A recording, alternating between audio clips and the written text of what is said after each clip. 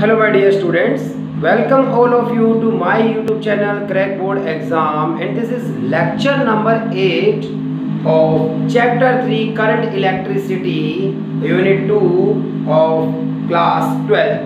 Guys, कल मैं आपको कल के लेक्चर तक इक्विवेलेंट रेजिस्टेंस फाइंड आउट करना सिखा चुका हूँ और उसमें सभी टाइप के क्वेश्चंस मैंने आपको बताए। अब आप इक्विवेलेंट रेजिस्टेंस आसानी से फाइंड आउट कर पाएंगे। कोई भी क्वेश्चन देखते ही क्या तरीका लगाना है ये आप सब समझ चुके हैं। और आज मैं आपको एक और इम्पोर्टेंट टॉपिक पर ले आया हूँ इस लेक्चर 8 में। करंट इलेक्ट्रिसिटी का ये लेक्चर 8 है और आज का बड़ा इम्पोर्टेंट टॉपिक है करंट। हम इलेक्ट्रिक करंट के बारे में पढ़ने वाले हैं आज। इलेक्ट्रिक करंट बड़ा ही इंपॉर्टेंट टॉपिक है, क्वेश्चंस इस पर बहुत ही अच्छे होंगे, तो आज हम जानते हैं इसके बारे में। गाइस, एक इलेक्ट्रिक सेल होता क्या है? एक इलेक्ट्रिक सेल क्या होता है? अगर कोई आपसे पूछे कि एक इलेक्ट्रिक सेल क्या होता है, गाइस इलेक्ट्रिक सेल होता क्या है आप सभी को मैं बता दूं तो एक इलेक्ट्रिक सेल आप सभी ने देखा होगा, ये आप रिमोट के अंदर सेल यूज करते हैं इस तरह से। तो ये इस तरह का एक सेल आप अक्सर आपने देखा होगा, इसका ये ऊपर पॉजिटिव होता है और ये एंड कैसा होता है? नेगेटिव। तो एक एंड ये पॉजिटिव होता है ऊपर वाला और ये एंड कैसा होता है? नेगेटिव। दो सेल हम हमेशा इस तरह से कनेक्ट करते हैं कि एक का पॉजिटिव दूसरे के नेगेटिव के साथ कनेक्ट हो जाए। तो इस सेल की बात जब चल रही है तो इस सेल के अंदर क्या है आज ये हमें डिटेल में पढ़ना है। और इस सेल पर गाइस मैं आपको इस कैमरे में जूम करके दिखाऊंगा यहाँ पर, और आप बड़े ध्यान से देखें इस सेल के बारे में। इस सेल की वैल्यूज लिखी हुई हैं और इस सेल की वैल्यूज लिखी हुई हैं गाइस, यहाँ पर आप बड़े ध्यान से देख सकते हैं। और हो सकता है आपको दिखाई ना दे तो आप घर से कोई सेल लीजिएगा, उस पर देखिएगा। तो ये जो वैल्यूज यहाँ पर लिखी हुई हैं, इन वैल्यूज पर आप पढ़ने की कोशिश अगर कर पाएंगे, शायद धुंधला दिखाई देगा, नहीं पढ़ पा रहे होंगे, बट इस पर लिखा हुआ है 1.5 वोल्ट। इस पर गाइस लिखा हुआ है 1.5 वोल्ट। ये 1.5 वोल्ट का सेल है, लेकिन मैं आपको कह रहा हूं कंपनी ने धोखा किया है आपके साथ। मैं कह रहा हूं कंपनी ने आपके साथ धोखा कर दिया है। आप जब इसे रिमोट में यूज करेंगे, आप जब इसे किसी भी सर्किट में यूज करेंगे, 1.5 वोल्ट का पोटेंशियल ये आपको नहीं देगा, कभी भी नहीं देगा 1.5 वोल्ट का पोटेंशियल। जब आप इसे सर्किट में यूज करेंगे ये 1.5 वोल्ट से कम पोटेंशियल देगा। फिर इस पे 1.5 क्यों लिखा गया है? तो गाइस ये बड़ा इंपॉर्टेंट और बड़ा मजेदार टॉपिक है। इलेक्ट्रिक सेल के टॉपिक की बात करेंगे आज हम आपसे बात करने वाले हैं इलेक्ट्रिक सेल के बारे में। इलेक्ट्रिक सेल क्या होता है? Electric cell is a source. Electric cell एक सोर्स है, ऐसा source which is used to create potential difference। Electric cell क्या होता है? इलेक्ट्रिक सेल आपका एक डिवाइस है, आपका इलेक्ट्रिक सेल एक सोर्स है एनर्जी का। इलेक्ट्रिक सेल एक सोर्स है, एनर्जी का सोर्स है। ये आपको एनर्जी देगा इलेक्ट्रिकल एनर्जी की फॉर्म में। इसके अंदर केमिकल एनर्जी स्टोर्ड है, केमिकल एनर्जी को इलेक्ट्रिकल एनर्जी में कन्वर्ट करेगा और पोटेंशियल का डिफरेंस क्रिएट करने के काम आएगा। सबसे पहली बात यह है कि अगर आपके पास एक सेल है, तो आपके पास अगर एक सेल है तो ये पॉजिटिव सिंबल, ये नेगेटिव का सिंबल है, ये इस तरह का एक सेल होता है। तो इस सेल का कुछ पोटेंशियल होगा, पॉजिटिव और नेगेटिव का कुछ डिफरेंस होगा और उसे कहा जाता है ईएमएफ। उसे कहा जाता है ईएमएफ। ई से डिनोट करेंगे। ई का मतलब है इलेक्ट्रोमोटिव फोर्स। ई का मतलब है इलेक्ट्रोमोटिव फोर्स, और इलेक्ट्रोमोटिव फोर्स जो होता है उसकी वैल्यू ई से डिनोट की जाएगी। हर एक सेल का ईएमएफ होता है जो उसके ऊपर प्रिंट है।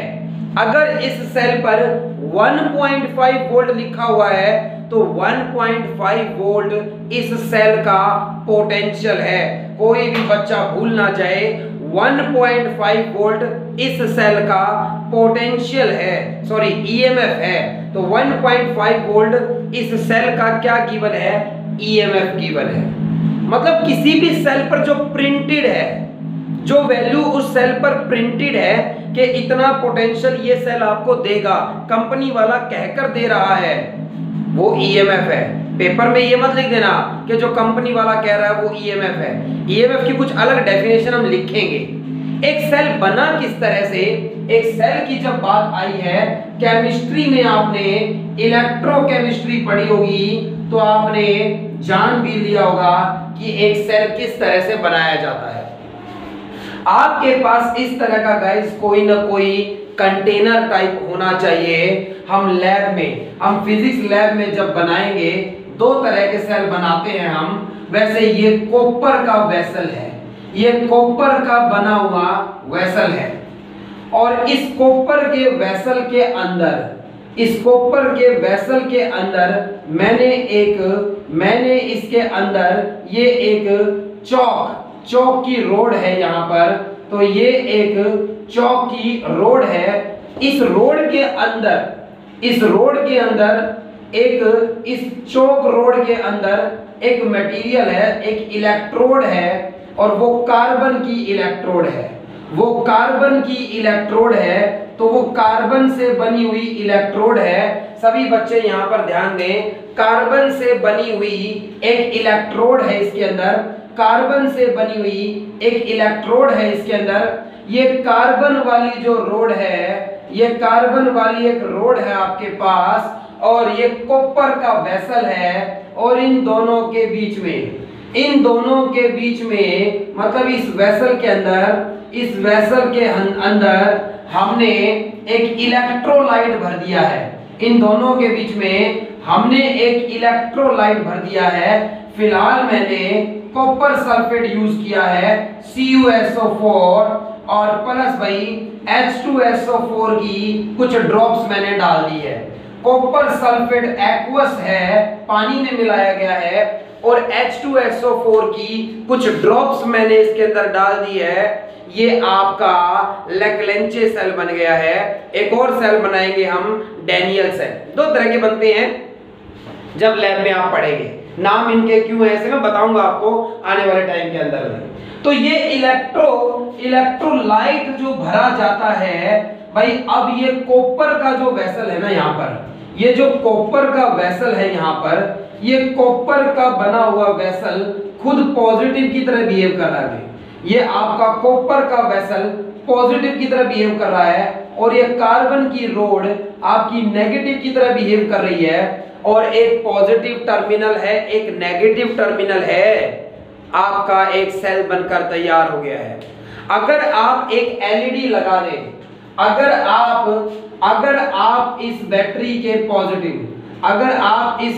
के पॉजिटिव से और नेगेटिव के बीच में एक बल्ब लगा दें, एक एलईडी लगा दें, तो एलईडी ग्लो करेगा। क्यों ग्लो करेगा? क्योंकि भाई आपने एक सेल क्रिएट कर दिया है। जो सेल आपने बनाया है, उस सेल के कारण पॉजिटिव और नेगेटिव के बीच में एक पोटेंशियल का डिफरेंस क्रिएट हो गया है। और जिस सर्किट में पोटेंशियल का डिफरेंस क्रिएट हो जाता है, करंट फ्लो करने लगेगा। करंट फ्लो करेगा तो एलईडी क्या करेगा? ग्लो करेगा। गाइस, ये सेल जो है ना, हम जो ऐसे दिखाते हैं, ये जो सेल है इसके अंदर, इसमें भी ऐसे ही पॉजिटिव नेगेटिव क्रिएट करे गए हैं, लेकिन ये ड्राई सेल है। मतलब इसके अंदर जो इलेक्ट्रोलाइट यूज किया गया है वो ऐसे किसी लिक्विड फॉर्म में नहीं है, वो एक पाउडर की फॉर्म में है। तो इस तरह से यूज किया गया है उसे। सॉलिड हो सकता है, पाउडर होता है जनरली। आप इस सेल को अगर तोड़ देंगे तो इसको तोड़ने पर देखिएगा कोई घड़ी का पुराना सेल पड़ा होगा, नहीं तो कि पुराना सेल निकाल लीजिएगा, नया 5-8 रुपए का सेल है ये, 8 रुपए का नया सेल लाकर घड़ी में डाल देना और पुराना निकाल लेना, और भाई ईंट मार कर तोड़ देना, और फिर देखना इसके अंदर क्या है। बीच में एक लंबी सी कार्बन की रोड है। आप देखेंगे ध्यान से, ये पॉजिटिव जो बनाया हुआ है, ये देखो रेड कलर की लाइन सी दिखाई दे रही है, ये एक इंसुलेटर यूज किया गया है। तो ये अंदर जो कार्बन की रोड है इसके अंदर वो एक जो है वो आपके लिए बना हुआ है, कार्बन है या कुछ और हो सकता है इसके अंदर, इसमें कुछ अलग हो सकता है। अभी मैं एक एग्जांपल दे रहा था यहाँ पर, ये हम लैब में ऐसे बनाएंगे। तो एक पॉजिटिव की तरह बिहेव करेगा और एक नेगेटिव की तरह बिहेव करेगा। एक सेल बन गया है, तो एक सेल के ऊपर ईएमएफ, भाई मैंने ये सेल बनाया है, मैं बनाते वक्त मैंने कॉपर की इनकी सबकी वैल्यू ऐसी सिलेक्ट करी कि मैं चाहता था कि पॉजिटिव और नेगेटिव के बीच में पोटेंशियल डिफरेंस 1.5 वोल्ट का हो। यानी मैं चाहता था कि ये जो सेल मैंने बनाया, अब हम इतना बड़ा सेल नहीं बनाएंगे, हम सेल को इस तरह से डिनोट कर दिया करेंगे, हम सेल को इस तरह से डिनोट कर दिया करेंगे कि हम जो है वो सेल को इस तरह से डिनोट कर देंगे। एक बड़ी सी लाइन पॉजिटिव रिप्रेजेंट कर रही है, एक छोटी लाइन नेगेटिव रिप्रेजेंट कर रही है, और सेल का होता है ईएमएफ, इलेक्ट्रोमोटिव फोर्स। तो मैंने इस सेल को बनाया था ये सोचकर कि ये 1.5 वोल्ट का पोटेंशियल देगा आपको, और इसीलिए मैंने इस पर 1.5 वोल्ट की प्रिंटिंग कर दी। मैंने ये सेल बनाकर आपको बेच दिया और मैंने ये कहा 1.5 वोल्ट का पोटेंशियल देगा आपको। आपने क्या किया, अपने घर लाकर इस सेल को सर्किट में लगा दिया। सर्किट के अंदर बल्ब हो सकता है, रिमोट हो सकता था, रिमोट कुछ भी, कोई भी डिवाइस रहा होगा, और ये मैं चेंज करूंगा। आप इस डायग्राम को अभी ना बनाएं, इस डायग्राम को जब मैं कहूंगा तब बनाएं। आपने कोई भी एलईडी लगाया होगा, एक एलईडी बल्ब हो सकता है या रिमोट हो सकता है, कुछ भी आपने लगाया है, उसका रेजिस्टेंस है R, हम इसे कहेंगे एक्सटर्नल रेजिस्टेंस, हम इसे कहेंगे एक्सटर्नल रेजिस्टेंस। यानी ये सर्किट का रेजिस्टेंस है, जो रेजिस्टेंस मैंने लगाया है। मैं इस सेल को रिमोट में डाल दूंगा, तो रिमोट में बहुत सारी वायरिंग्स है, उस पूरे रिमोट का रेजिस्टेंस कुछ R है, और ये सेल मैंने उसके अंदर लगाया है। अगर मैं वोल्ट मीटर लगाऊं, अगर मैं इस रेजिस्टेंस के अक्रॉस वोल्ट मीटर लगाऊं, अगर मैं इस रेजिस्टेंस के अक्रॉस वोल्ट मीटर लगाऊं, सेल के पॉजिटिव वाली साइड पॉजिटिव होगा, नेगेटिव वाली साइड पर नेगेटिव होगा। इस वोल्ट, ये सेल पर लिखा हुआ था 1.5 वोल्ट, इस सेल पर लिखा हुआ था कि ये 1.5 वोल्ट इसका ईएमएफ है और ये 1.5 वोल्ट का पोटेंशियल देगा आपको। लेकिन मेरे वोल्ट मीटर ने रीडिंग 1.5 वोल्ट नहीं दिखाई, धोखा कर दिया कंपनी वाले ने मेरे साथ। और ऐसा उसने क्यों किया, मैंने देखा कि ये V की वैल्यू जो दिखाएगा वोल्ट मीटर के, इस रेजिस्टेंस को जो पोटेंशियल ड्रॉप मिलेगी वो ईएमएफ से कम मिल रही है, वो ईएमएफ से थोड़ी कम मिल रही है। भाई ऐसा तो तब हो सकता है जब मैं भूल रहा हूं, कुछ भूल हो रही है हमसे, सर्किट में कोई और रेजिस्टेंस रहा होगा जो देख नहीं पा रहे हैं आप, उसको कुछ पोटेंशियल दे दिया होगा, बाकी आपको दे दिया होगा, क्योंकि इन वायर्स का तो मैंने रेजिस्टेंस वैसे माना नहीं है। तो गाइस बिल्कुल सभी बच्चे ध्यान दें कि आप इन दो पॉजिटिव और नेगेटिव इलेक्ट्रोड्स के बीच में ये जो इलेक्ट्रोलाइट भर रहे हैं, ये जो इलेक्ट्रोलाइट इसके अंदर भर रहे हैं, ये इलेक्ट्रोलाइट ऑफर करेगा रेजिस्टेंस, ये इलेक्ट्रोलाइट ऑफर करेगा रेजिस्टेंस। भाई कोई भी कितना भी अच्छा कंडक्टर क्यों ना हो, कुछ न कुछ रेजिस्टेंस तो जरूर होता है उनका। कोई कितना भी अच्छा कंडक्टर क्यों ना हो, कुछ न कुछ रेजिस्टेंस तो जरूर होता है उसका। तो इस इलेक्ट्रोलाइट का भी तो क्या है, इंटरनल रेजिस्टेंस है। इस इलेक्ट्रोलाइट का भी तो क्या है, इंटरनल रेजिस्टेंस है। इस इलेक्ट्रोलाइट का भी कुछ न कुछ क्या होगा, रेजिस्टेंस होगा। मतलब इस सेल के अंदर भी कुछ रेजिस्टेंस है।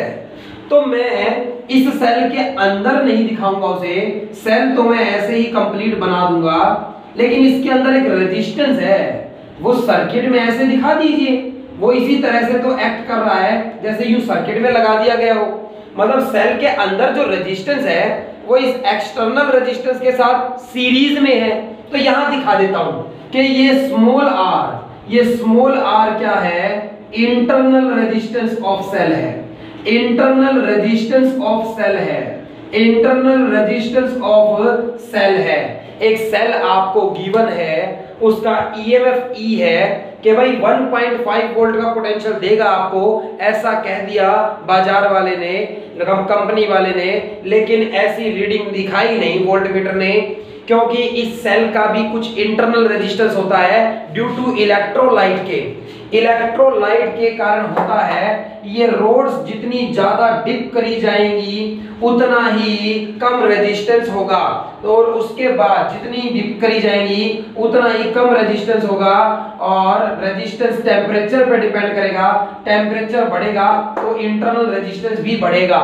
इन किन बातों पे डिपेंड करता है इंटरनल रेजिस्टेंस हम जानेंगे। फिलहाल एक्सटर्नल रेजिस्टेंस की बात हो रही थी, तो एक्सटर्नल रेजिस्टेंस को उतना पोटेंशियल नहीं मिला जितना सेल के ऊपर प्रिंट किया गया है। क्यों हो रहा है ऐसा? क्योंकि सेल का कुछ इंटरनल रेजिस्टेंस भी है, इस सेल का कुछ इंटरनल रेजिस्टेंस भी था, तो आर इसका इंटरनल रेजिस्टेंस है, उसे भी कुछ पोटेंशियल ड्रॉप मिल गई होगी। तो 1.5 में से कुछ इसको मिली, कुछ एक्सटर्नल को मिली, इसलिए हमें पूरी नहीं मिल पाई पोटेंशियल। तो सभी बच्चे इंटरनल रेजिस्टेंस का कॉन्सेप्ट तो समझे होंगे। मैं ये सेल रब कर रहा हूं, अभी हमें बहुत कुछ पढ़ना है सेल के बारे में, लेकिन ये सेल मैंने रब कर दिया।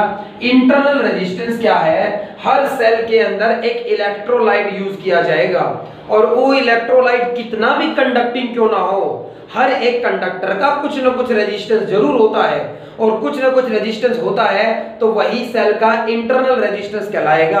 अब आप खुद सोचिए, सर्किट में ये वोल्टमीटर मैंने लगाया था मेजर करने के लिए, मैं इस वोल्टमीटर को हटा लेता हूं। ये सर्किट बना लीजिए आप, ये सर्किट बना लीजिए कि एक सेल है जिसका ईएमएफ ई है, उसका इंटरनल रेजिस्टेंस आर है, एक्सटर्नल रेजिस्टेंस कैपिटल आर के साथ मैंने इसे कनेक्ट कर दिया, सर्किट क्लोज है। सर्किट जब क्लोज है, आई करंट सर्किट के अंदर मान लीजिए फ्लो हो रहा है, आई करंट मान लीजिए सर्किट के अंदर फ्लो हो रहा है, और आई करंट सर्किट में गया, आर रेजिस्टेंस को आई करंट मिला, यहां से इसमें ऊपर गया, इसमें भी आई करंट आ गया, और बैटरी के सेल के अंदर वापस चला गया। सबसे पहली बात, कभी भी कोई आपसे पूछे सेल से करंट कितना आया है, सेल से करंट कितना आया है, current I is equal to बराबर होता है, ओम्स लॉ लगा दीजिए, सेल में सर्किट में टोटल ईएमएफ कितना है, ई वोल्ट का ये सेल है यहाँ पर, और डिवाइडेड बाय टोटल रेजिस्टेंस इस सर्किट में कितना हो गया है। एक्सटर्नल रेजिस्टेंस R तो हमने लगाया है, बट ये इंटरनल रेजिस्टेंस ना हमने लगाया है, और ना हम ऐसा कोई रेजिस्टेंस सर्किट में चाहते हैं, लेकिन मजबूरी है भाई, सेल यूज करोगे तो इंटरनल रेजिस्टेंस भी होगा। कम से कम हो सकता है, ऐसी कोशिश करी जाएगी नेग्लिजिबल हो, लेकिन होगा जरूर। तो इंटरनल रेजिस्टेंस होगा जरूर। यहाँ पर पहला फॉर्मूला हर एक बच्चे को समझ में आया हो, सर्किट में इलेक्ट्रिक करंट की वैल्यू कितनी होगी, सर्किट में इलेक्ट्रिक करंट की वैल्यू कितनी होगी, I is equal to total EMF E upon में total resistance capital R plus small r। अगली बात पर ध्यान दीजिए भाई, अगली बात पर ध्यान दीजिए, ये सर्किट में करंट की वैल्यू है, सर्किट में करंट की वैल्यू मैक्सिमम कब होगी, इस सर्किट में करंट मैक्सिमम कब फ्लो करेगा, इस सर्किट में करंट मैक्सिमम कब फ्लो करेगा, जब रेजिस्टेंस मिनिमम होगा, जब इस सर्किट का रेजिस्टेंस क्या होगा, मिनिमम होगा। और भाई साहब इंटरनल रेजिस्टेंस तो आप खत्म कर नहीं पाएंगे, क्योंकि इंटरनल रेजिस्टेंस ये कोई बाहर रेजिस्टेंस नहीं है सर्किट के अंदर। ये मैं बता दूं, ये रेजिस्टेंस मैंने यहाँ ड्रॉ करके दिखाया बाहर, हमें ये सीरीज में लिया इसके साथ, इसलिए मैंने बाहर ड्रॉ करके दिखा दिया। अदरवाइज ये रेजिस्टेंस तो इस सेल के अंदर है, सेल थोड़ी खोलकर आप रेजिस्टेंस हटाएंगे, सेल के अंदर जो इलेक्ट्रोलाइट है उसका फिक्स है, इंटरनल रेजिस्टेंस है इसका और रहेगा। तो ये रेजिस्टेंस मैंने बाहर शो कर दिया है, ये सेल के अंदर का रेजिस्टेंस है इस तरह का, ये खत्म नहीं हो सकता। सर्किट में सेल है तो इंटरनल रेजिस्टेंस भी होगा नेग्लिजिबल। किसी क्वेश्चन में कह दे a cell of EMF E and negligible internal resistance, मतलब उसका इंटरनल रेजिस्टेंस बहुत कम है, आप उसे नेग्लेक्ट कर लीजिए, ऐसा कह रहा है तो ठीक है, अदरवाइज इंटरनल रेजिस्टेंस है, ये तो हटा नहीं पाओगे आप रेजिस्टेंस कम किसका कर सकते हो, एक्सटर्नल का। अब आउटर सर्किट में एक्सटर्नल रेजिस्टेंस जो है सर्किट में, वो रेजिस्टेंस क्या करिए, कम करिए, कम करेंगे एक्सटर्नल आर की वैल्यू कम करने पर आई करंट की वैल्यू बढ़ने लगेगी सर्किट में करंट बढ़ने लगेगा। तो फिर भाई एक टाइम ऐसा आएगा, फॉर मैक्सिमम करंट की कंडीशन जानना चाहता हूं, फॉर मैक्सिमम करंट की कंडीशन जानना चाहता हूं। मैक्सिमम करंट तब होगा जब एक्सटर्नल रेजिस्टेंस जीरो हो जाएगा। भाई बाहरी रेजिस्टेंस को बिल्कुल हटा दीजिए, भाई मिनिमम कर दीजिए, आर की वैल्यू जीरो कर दूं, सर्किट में सिर्फ इंटरनल रेजिस्टेंस रह गया। और इस वक्त आई करंट सर्किट में इससे ज्यादा करंट क्या आएगा, रेजिस्टेंस मिनिमम हो गया है, E अपॉन में स्मॉल आर। सर्किट में इस वक्त करंट क्या होगा, मैक्सिमम होगा। और भाई ये सेल के टॉपिक को ना एक एक बच्चा मन लगा दे इस क्लास के अंदर, इससे ज्यादा जो बेहतर नहीं हो सकता इसको समझाना। बिल्कुल एक एक बात आपके अंदर भर दूंगा कि ये इस तरह से जो है वो होता है सेल के बारे में।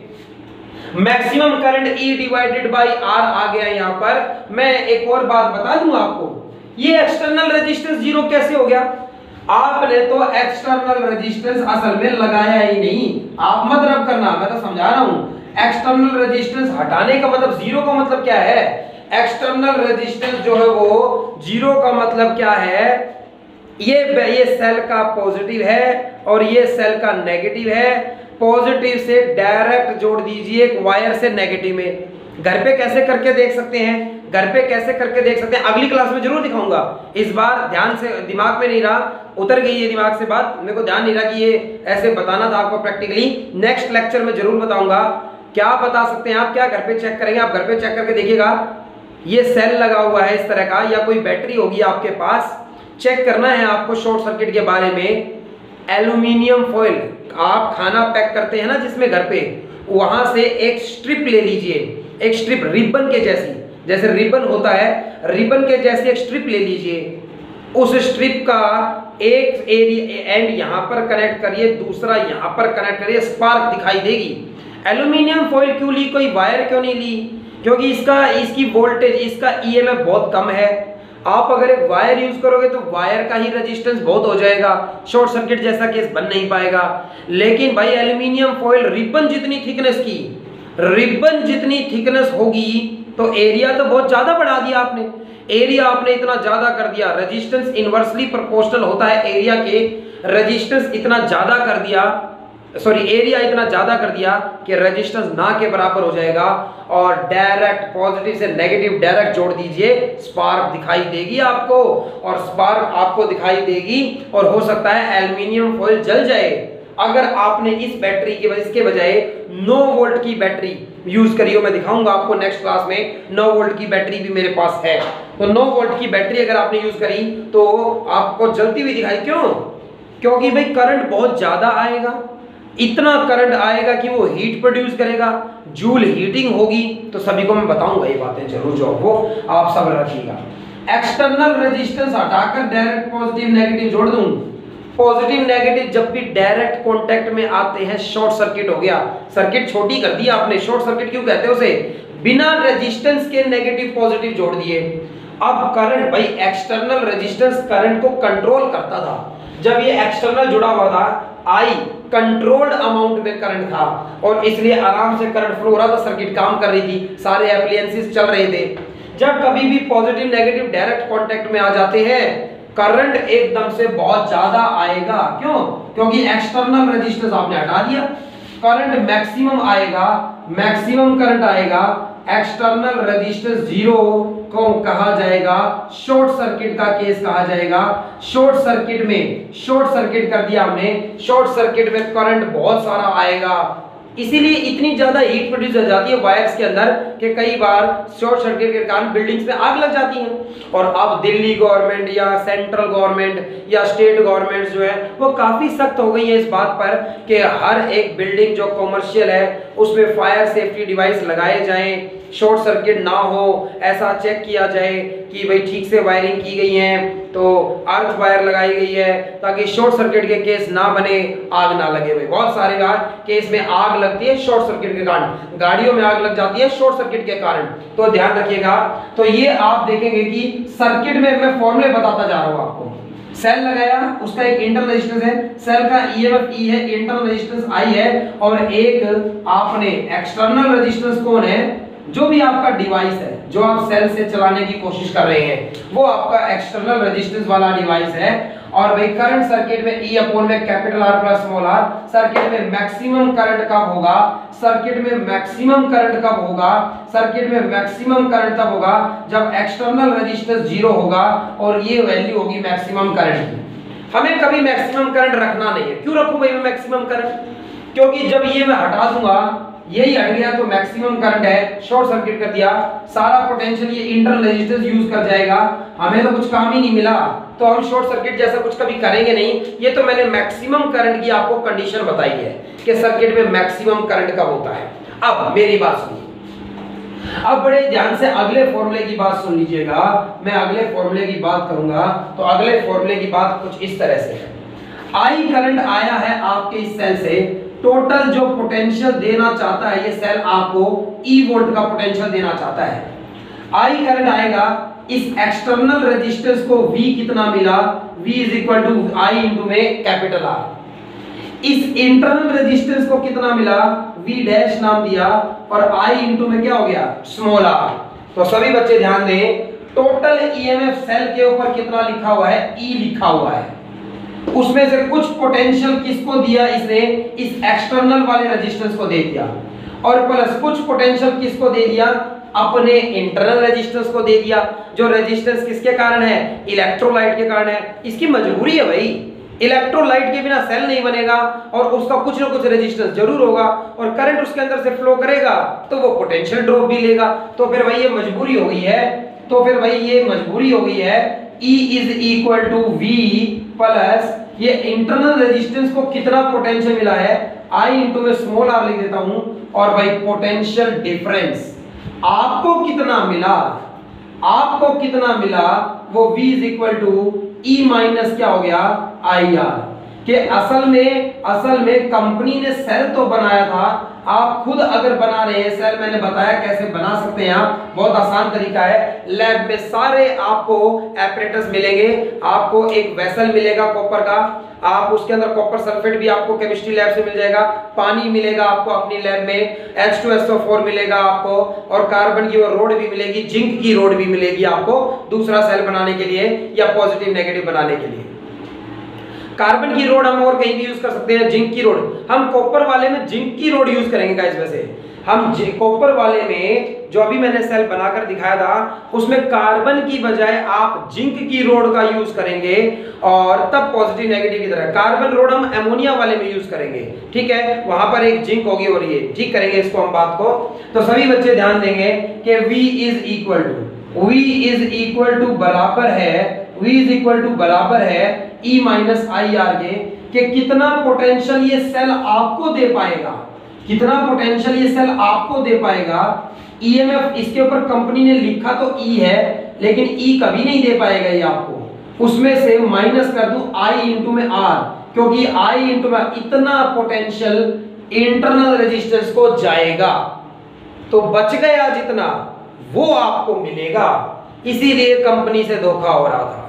तो कंपनी ने कहा कि 1.5 वोल्ट का ये सेल है, 1.5 वोल्ट देगा आपको, लेकिन जब आपने सर्किट में इसे लगाया, इसका कुछ इंटरनल रेजिस्टेंस भी था, उसकी बात नहीं करी कंपनी ने, और उस इंटरनल रेजिस्टेंस के कारण जो पोटेंशियल हमारी सर्किट को मिलेगा, एक्सटर्नल रेजिस्टेंस को मिलेगा, वो EMF से क्या होगा, कम होगा। ये बात सभी बच्चों को समझ में आ गई होगी इस तरह से। अब सभी बच्चे ध्यान दें इस बात पर, सभी बच्चे इस बात पर ध्यान दें कि आप EMF को डिफाइन कैसे करेंगे, कि भाई इस पॉजिटिव के बीच में और इस नेगेटिव के बीच में जो पोटेंशियल का डिफरेंस है जो हमारी सर्किट को मिलेगा वो EMF से तो कम है। पॉजिटिव और नेगेटिव के बीच में जो डिफरेंस है वो टर्मिनल डिफरेंस जो है वो EMF से कम है, वो है टर्मिनल पोटेंशियल डिफरेंस। और EMF क्या है भाई, जो इसके ऊपर लिखा हुआ उसकी डेफिनेशन कैसे देंगे आप? तो भाई एक तरफ लिखा जाए EMF के बारे में और एक तरफ लिखा जाए टर्मिनल पोटेंशियल डिफरेंस के बारे में। एक तरफ लिखा जाए टर्मिनल पोटेंशियल डिफरेंस V का मतलब जो आपको मिल रहा है यहां पर, और EMF का मतलब है E, जो सेल के ऊपर लिखा हुआ है कि ये इतना पोटेंशियल देगा आपको। ये डेफिनेशन पेपर में बहुत बार आई कि what is EMF of a cell. What is EMF of a cell, तो ईएमएफ की बात आती है तो सभी बच्चे ध्यान दें, V is equal to E minus में क्या होता है IR, ये फॉर्मूला अभी आया।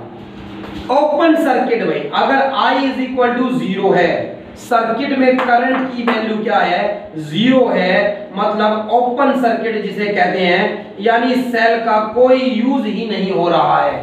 ओपन सर्किट का मतलब क्या है, जब आप सेल को यूज नहीं कर रहे हैं, मतलब ये कंडीशन, इस कंडीशन में ये सेल ओपन, मतलब पॉजिटिव को नेगेटिव से जोड़ ही नहीं रखा मैंने, कोई करंट फ्लो ही नहीं हो रहा, कोई सर्किट ही नहीं है, एक तरह से ये ओपन सर्किट है, ये ओपन सर्किट है और इस वक्त कोई करंट सेल से लिया ही नहीं है मैंने, तो इस सेल ने मुझे कोई करंट नहीं दिया, यानी I की वैल्यू सर्किट के अंदर क्या है 0 है, और I अगर 0 है तो V बराबर किसके है E के, V बराबर किसके है E के है। सभी बच्चे ध्यान दें, जब ओपन सर्किट है मैं इस सेल से कोई करंट नहीं ले रहा हूं, ये यहां पर की लगा दी जाए, यहां पर की लगा दी जाए, ये की लगा दी जाए और ये की मान लीजिए ओपन होती, इसकी ये डॉट ये ओपन है, अब सर्किट में कोई करंट नहीं होगा, इंटरनल रेजिस्टेंस को भी कोई ड्रॉप नहीं मिलेगी, जब करंट ही नहीं है तो पोटेंशियल ड्रॉप कैसे मिलेगी।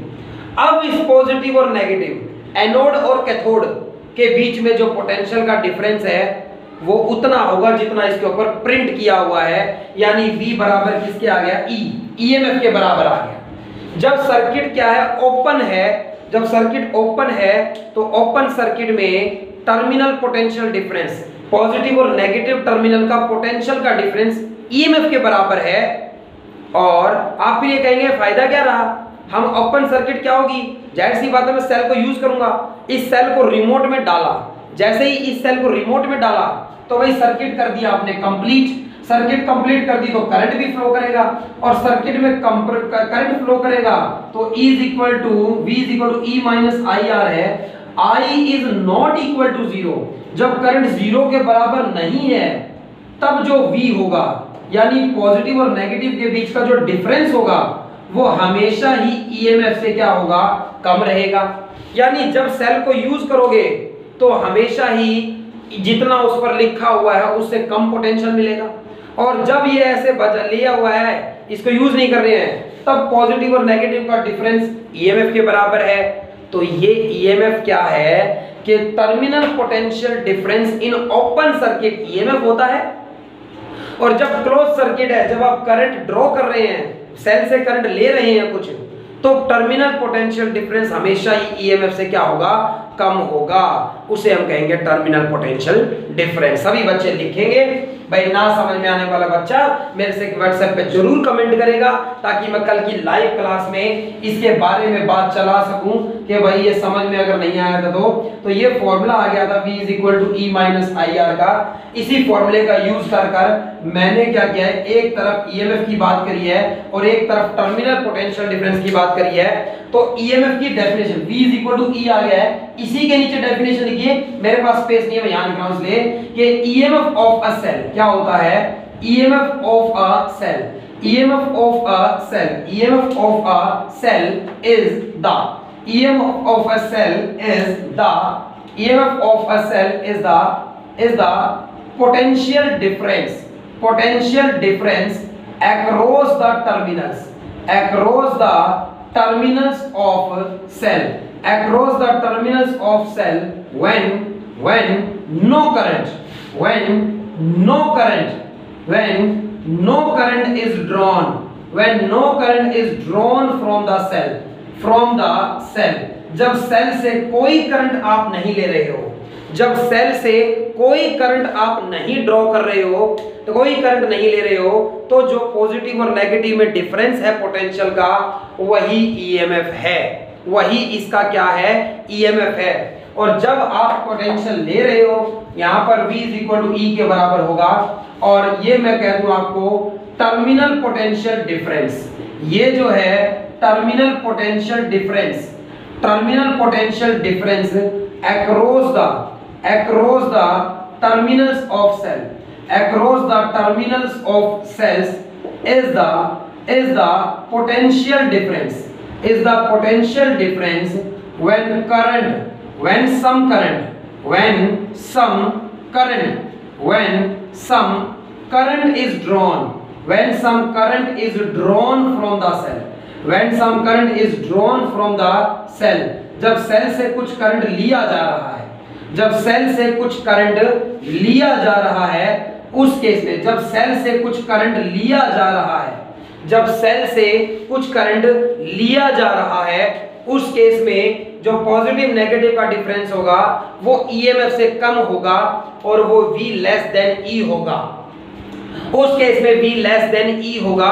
आपसे पेपर में पूछा जाएगा, आपसे पूछा जाएगा, क्या पूछा जाएगा आपसे पेपर में? आपसे पेपर में पूछा जाएगा कि भाई ये बताइए हमारे पास एक सेल है तो उसके पॉजिटिव नेगेटिव का डिफरेंस ईएमएफ के बराबर कब होगा? जो उसके ऊपर प्रिंटेड है आप कहेंगे ओपन सर्किट में होगा जब कोई करंट आप नहीं ले रहे हैं। फिर आपसे कहेगा कि बताइए कि जो टर्मिनल पोटेंशियल डिफरेंस है वो ईएमएफ से कम कब होता है? आप कहेंगे डिस्चार्जिंग के वक्त में। भाई ये है V less than E, I is not equal to 0 है, डिस्चार्जिंग हो रही है। भाई क्या हो रही थी? डिस्चार्जिंग हो रही थी। सेल आपको एनर्जी दे रहा है, मतलब सेल यूज कर रहे हैं आप, सेल डिस्चार्ज हो रहा है। उस केस में जो V की वैल्यू होगी, उस केस में जो V की वैल्यू होगी, उस केस में जो V की वैल्यू होगी वो आपकी ईएमएफ से हमेशा ही कम होगी, क्योंकि उस वक्त कुछ पोटेंशियल किसने यूज कर लिया है? इंटरनल रेजिस्टेंस ने यूज कर लिया है। और फिर आपसे वाइवा में आपके एक्सटर्नल ने ये कहा, जब वाइवा लेने आएंगे एक्सटर्नल आपके फाइनल में, वो आपसे कहेगा क्या पॉजिटिव और नेगेटिव के बीच का डिफरेंस ईएमएफ से ज्यादा हो सकता है क्या?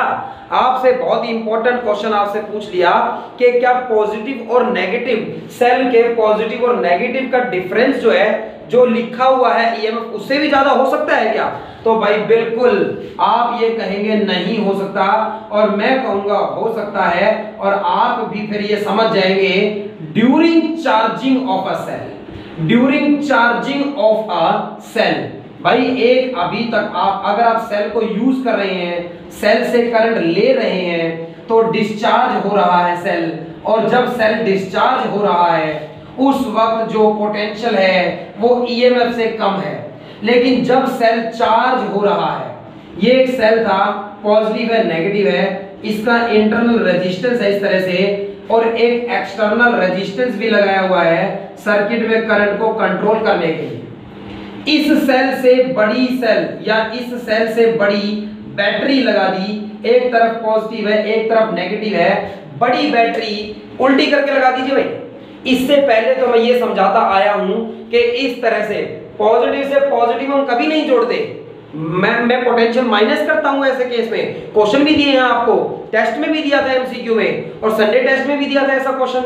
39 ओम का रेजिस्टेंस था, 200 वोल्ट की बैटरी थी, 5 वोल्ट का सेल था, 195 हो गया माइनस कर कर, क्योंकि सेम टर्मिनल जुड़े हुए थे। 5 एम्पियर आपने करंट भी निकाला था। 20 में से 20 आए हैं कई बच्चों के, तो 20 में से 20 अमीशा के भी आए हैं, 20 में से 20 पावनी के आए हैं, और बच्चों के भी आए हैं, अभिनव के 19 आए हैं, और 18-19 जतिन यादव के हैं। बिल्कुल सभी बच्चों ने इस तरह से अच्छे मार्क्स लिए हैं। 18, 17, 19, 20 भी कई बच्चों के हैं।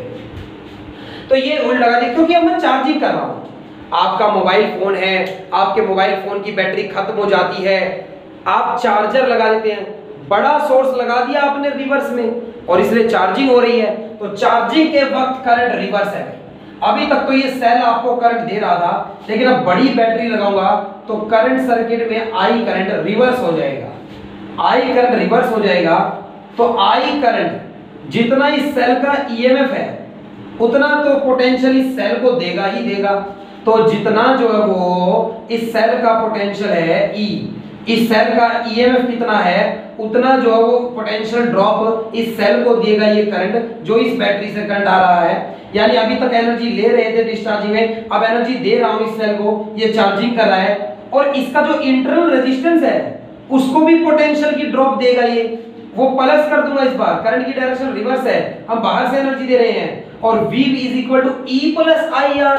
सभी बच्चे जान पाएंगे ईएमएफ इस सेल का E था, पॉजिटिव और नेगेटिव के बीच में डिफरेंस E है ओपन सर्किट में, और अब इसमें माइनस होने के लिए प्लस हो गया है, अब इसके पॉजिटिव और नेगेटिव टर्म में, क्योंकि इंटरनल रेजिस्टेंस इसके अंदर ही है, ध्यान रखना भाई, तो ये पॉजिटिव और नेगेटिव के बीच का डिफरेंस इस बार ईएमएफ से भी बड़ा हो गया है। तो एक्सटर्नल टीचर आएगा और आपसे कहेगा कि भाई पोटेंशियल जो है वो ईएमएफ के बराबर कब होता है, पोटेंशियल डिफरेंस जो है वो सेल का ईएमएफ के बराबर कब होता है, भाई ओपन सर्किट में होता है। कम कब होता है, डिस्चार्जिंग के वक्त होता है। ज्यादा कब होता है, चार्जिंग के वक्त होता है। हर एक बच्चे को ये बात बिल्कुल जो ध्यान रहे कि ड्यूरिंग चार्जिंग करते वक्त क्या होता है, पोटेंशियल ईएमएफ से भी ज्यादा हो जाता है। अब आइए सर्किट में और बात करते हैं। मैंने कहा आपको एक सेल है जिसका ईएमएफ है, उसका इंटरनल रेजिस्टेंस है और एक एक्सटर्नल रेजिस्टेंस है। सर्किट में करंट की क्या वैल्यू होगी, I is equal to total EMF E है अपॉन में total resistance R plus small r है। सर्किट में मैक्सिमम करंट होगा भाई जब मिनिमम रेजिस्टेंस होगा। इंटरनल रेजिस्टेंस तो हटा नहीं सकते, एक्सटर्नल R 0 कर दूं, करंट मैक्सिमम हो जाएगा, मैक्सिमम होगा E अपॉन में कैपिटल स्मॉल r। उसके बाद मैंने ये कहा कि सर्किट में पोटेंशियल डिफरेंस क्या होगा, कितना पोटेंशियल हमें मिलेगा, V is equal to E minus I R कर दिया, क्योंकि इंटरनल रेजिस्टेंस से कुछ ड्रॉप ली है। अब आप ये जानिए, अब आपको मैं ये बता दूं कि भाई आपको ये आप अगर इंटरनल रेजिस्टेंस कुछ पोटेंशियल ले रहा है, अगर इंटरनल रेजिस्टेंस कुछ पोटेंशियल ले रहा है मान लो, तो हम चाहेंगे पोटेंशियल तो वो लेगा, मैं नेगलेक्ट तो कर नहीं सकता, इंटरनल रेजिस्टेंस कुछ ना कुछ है तो ये कुछ ना कुछ पोटेंशियल जरूर लेगा, बट मैं चाहता हूं इसे कम से कम पोटेंशियल मिले, इसे पोटेंशियल कम से कम मिले, हमें ज्यादा से ज्यादा मिले, ताकि ज्यादा से ज्यादा एनर्जी का हम यूज करें। लॉस, इंटरनल रेजिस्टेंस को मिलने वाला पोटेंशियल तो एक तरह का लॉस है। इंटरनल रेजिस्टेंस में करंट फ्लो होने से बेकार की हीट प्रोड्यूस हो रही है, सेल और बैटरी अपने आप गर्म हो जाएंगे, एनर्जी का क्या कर रहे हैं, लॉस कर रहे हैं। मैं लॉस को कम करना चाहता हूं, एनर्जी के लॉस को कम करना चाहता हूं, करंट की वैल्यू कम करूंगा तो I इंटू में R, इसको मिलने वाला ड्रॉप भी कम हो जाएगा। करंट की वैल्यू कम कैसे करी जा सकती है, रेजिस्टेंस बढ़ाइए। रेजिस्टेंस कैसे बढ़ेगा, एक्सटर्नल रेजिस्टेंस के बढ़ने से बढ़ेगा। भाई आप देख पा रहे हैं V इज इक्वल टू बराबर है E minus I are, E constant, small r constant, V किस पे डिपेंड कर रहा है, I पर। I करंट जब कम होगा तो ये वैल्यू कम होगी, माइनस कम होगा और V इंक्रीज होगा। तो एक्सटर्नल पोटेंशियल का डिफरेंस इंक्रीज करने के लिए सर्किट में I करंट को कम करना चाहिए। I करंट सर्किट में कम कैसे किया जाएगा, बिल्कुल जीरो तो कर नहीं सकता करंट को, I करंट जीरो तो ओपन सर्किट में होगा, फिर हम यूज ही नहीं कर रहे होंगे, इसको कम करना है। और करंट सर्किट में बराबर है E अपॉन में capital R plus small r के। एक्सटर्नल रेजिस्टेंस जितना ज्यादा करोगे सर्किट में I करंट उतना कम होगा, इंटरनल रेजिस्टेंस ड्रॉप उतनी ही कम लेगा और एक्सटर्नल में पोटेंशियल ज्यादा मिलेगा आपको। तो इसलिए आपसे पूछा गया कि ग्राफ बनाइए, वेरिएशन बनाइए। आपसे पहला ग्राफ पूछा गया, पेपर में ये ग्राफ आता है, variation of V versus R, external resistance के साथ पोटेंशियल का ग्राफ बनाइए। तो y एक्सिस पर पोटेंशियल लिया गया है और x एक्सिस पर एक्सटर्नल रेजिस्टेंस लिया गया है। जब एक्सटर्नल रेजिस्टेंस की वैल्यू है 0 तो करंट सर्किट में है मैक्सिमम। सारा पोटेंशियल किसको मिल रहा है, इंटरनल को, एक्सटर्नल तो है ही नहीं उस केस में, जब R 0 है तो हमें कोई पोटेंशियल नहीं चाहिए, ना मिल रहा है, V की वैल्यू 0। R रेजिस्टेंस की वैल्यू जैसे जैसे बढ़ेगी सर्किट में करंट घटेगा, इंटरनल रेजिस्टेंस का पोटेंशियल घटेगा, एक्सटर्नल में बढ़ेगा, और इसलिए इस तरह का ग्राफ आएगा। और बढ़ते बढ़ते एक टाइम पर रेजिस्टेंस बहुत हाई हो जाएगा। इतना हाई रेजिस्टेंस कर दिया मैंने, रेजिस्टेंस की वैल्यू बहुत बढ़ा दी कि सर्किट में करंट ना के बराबर रह गया है, करंट बहुत कम है। जितना कम करंट होगा इंटरनल रेजिस्टेंस की ड्रॉप उतनी ही कम हो जाएगी और एक्सटर्नल में ड्रॉप उतनी ही ज्यादा हो जाएगी। तो एक टाइम ऐसा आएगा कि ये लाइन सैचुरेट हो जाएगी, मतलब एक्सटर्नल रेजिस्टेंस बहुत ज्यादा कर दिया आपने, अब इंटरनल रेजिस्टेंस की ड्रॉप तो ना के बराबर रह गई है, उस केस में आप ये कह सकते हैं कि आपका पोटेंशियल जो है ना V की वैल्यू EMF के बराबर हो गई है। मतलब ये इंटरनल रेजिस्टेंस ना के बराबर पोटेंशियल ले रहा है और ज्यादातर आपको ही मिल रहा है, तो V नियरली इक्वल टू किसके हो जाएगा, E के। R के बढ़ने से करंट घटेगा, करंट के घटने से V बढ़ेगा और एक्सटर्नल में V बढ़ते बढ़ते बढ़ते, क्योंकि ये कम लेगा तो ये ज्यादा मिलेगा इसको, और भाई आप देखेंगे ये ग्राफ बनेगा इस तरह का। कोई भी डाउट हो कमेंट जरूर करिएगा। दूसरा ग्राफ देखिएगा, ये ग्राफ आपसे पूछा जा सकता है, इस ग्राफ से कोई न्यूमेरिकल नहीं पूछा जा सकता, लेकिन दूसरा ग्राफ मैं आपके सामने डिस्कस करूंगा जिससे न्यूमेरिकल भी पूछा जा सकता है, तो हम बात करेंगे एक और ग्राफ की, वेरिएशन। आपसे ये कहा गया variation of V versus I का ग्राफ बनाइए, पोटेंशियल डिफरेंस का ग्राफ करंट के साथ ड्रॉ करिए। अब सबसे पहले तो आप सभी बच्चों को ये समझना पड़ेगा, यहाँ पर सभी बच्चों को ये बात समझनी पड़ेगी, यहाँ पर पोटेंशियल का ग्राफ I के साथ पहले कोई फॉर्मूला ढूंढिए जिसमें रिलेशन हो। V is equal to E minus IR, ये फॉर्मूला है जो V और I में रिलेशन बता रहा है। V is equal to minus IR आगे लिख लो, प्लस का E पीछे लिख लो। इस तरह से लिखने पर आपको पता चलेगा कि भाई ये फॉर्मूला तो y is equal to mx plus c से कंपेयर किया जा सकता है, स्ट्रेट लाइन इक्वेशन से कंपेयर किया जा सकता है। स्ट्रेट लाइन इक्वेशन से जब कंपेयर किया तो पता चला y एक्सिस पर रखिए पोटेंशियल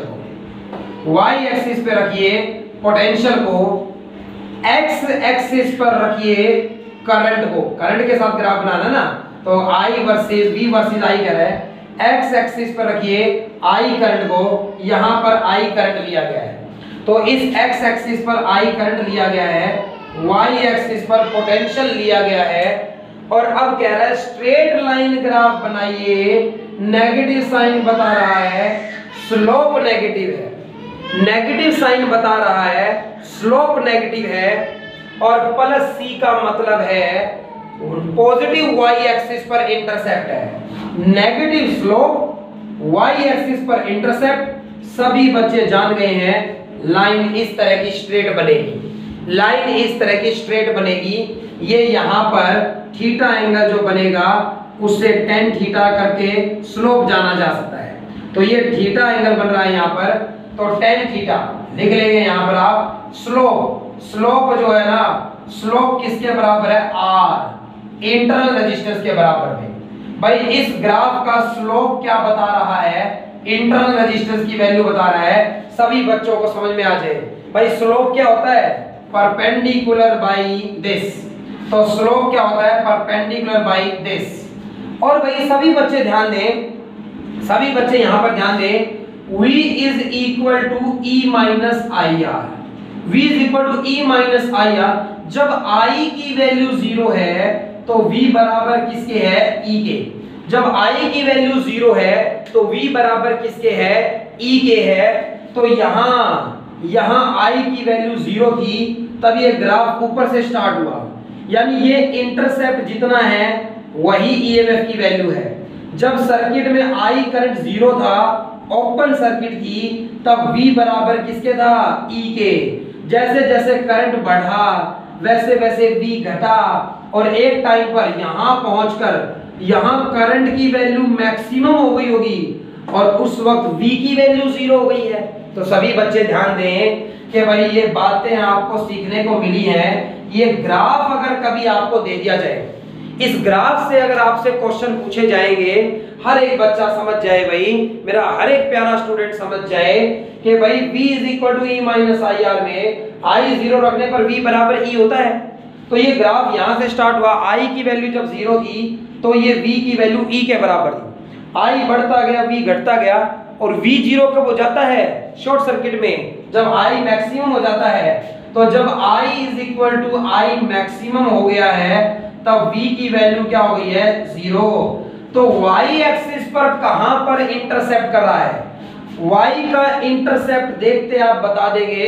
अगर आपको ऐसा ग्राफ दे दिया जाए और आपको ये बताया गया हो, यहाँ वैल्यूज हो 1 2 3 में, यहाँ करंट की वैल्यू हो, तो ये इंटरसेप्ट जितना होगा उतना तो क्या होगा, ईएमएफ होगा। यहाँ जो इंटरसेप्ट होगा वो क्या होगा, मैक्सिमम करंट होगा। और भाई इंटरनल रेजिस्टेंस, स्लोप क्या होगा, स्लोप होता है परपेंडिकुलर बाई बेस। ये परपेंडिकुलर, ये पूरी वैल्यू E के बराबर और ये बेस पूरा I मैक्सिमम के बराबर। और आपको तो पता है I मैक्सिमम था E अपॉन में स्मॉल r, तो स्मॉल r के बराबर स्लोप है। तो भाई इस ग्राफ से 3 बातें बताई जा सकती हैं। बातें तो 4 बताई जा सकती हैं, लेकिन पावर की बात करेंगे तब जानेंगे कि एक्चुअल में कितनी सारी चीजें इससे जानी जा सकती हैं। हर एक बच्चा सेल के इस टॉपिक को जान जाए। भाई क्या कहा गया, यहाँ पर ईएमएफ की वैल्यू, इंटरसेप्ट से ईएमएफ पता चलेगा, यहाँ इंटरसेप्ट कितना है, मैक्सिमम करंट पता चलेगा, स्लोप से इसका इंटरनल रेजिस्टेंस पता चल जाएगा। ये सारी बातें इस ग्राफ से आपको पता चल जाएंगी और इस ग्राफ से इतनी सारी चीजें होंगी तो न्यूमेरिकल्स होंगे। कल हम जानेंगे इसको पावर कितनी मिलेगी, बहुत सारी बातें जानेंगे कल लाइव क्लास के अंदर जानेंगे बातें। तो सभी बच्चों को यहां तक सेल के बारे में कोई भी डाउट है भाई मुझे आज व्हाट्सएप पे कमेंट करेंगे, सर कल की क्लास में ये बात दोबारा बता देना, कल ये डिस्कस दोबारा कर देना, मुझे इस तरह का डाउट है सेल को लेकर। बाकी बिल्कुल क्लियर आज आपको बोर्ड दिखाई दे रहा होगा, हर एक चीज समझ में आई होगी। आई होप मैंने पूरी तरह से कोशिश करी है कि सेल के बारे में एक एक बात आपको समझ। और अभी भी सेल के 60% बातें हुई हैं, सेल की 40% बातें अभी करनी बाकी हैं। कल की क्लास में जानेंगे, तब तक पढ़ते रहिए, मेहनत करते रहिए। कल के बाद आपका एमसीक्यू भी होगा, यानी कल फ्राइडे को आपका एमसीक्यू भी होगा गाइस। Thanks guys.